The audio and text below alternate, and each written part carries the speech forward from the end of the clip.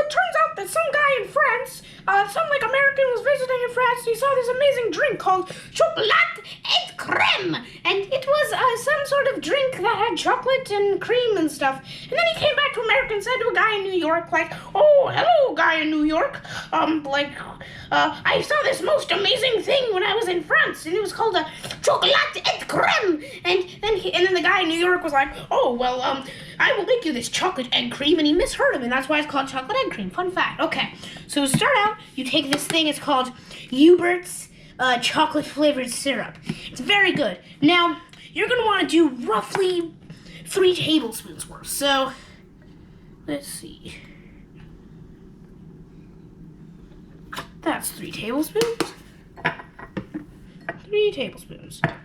Okay, so then, now that we have it like that, you're going to want to take your milk, and put in, if you can open your milk. God, that should not be that hard. Put in a fourth of a cup of milk. So, once you have your fourth of a cup, just pour that in.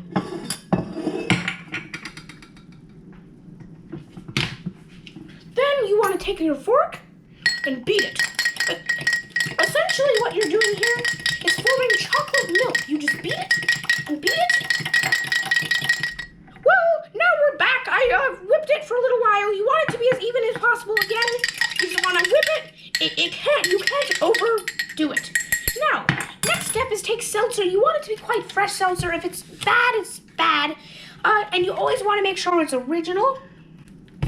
You don't want not original, because if it's not original, you get problems with it tasting like lemon lime and stuff. Now this part's important. You want to take a spoon, and I read somewhere that if you make it go the perfect angle off the spoon, you get maximum fluff. This is where the fluff comes from.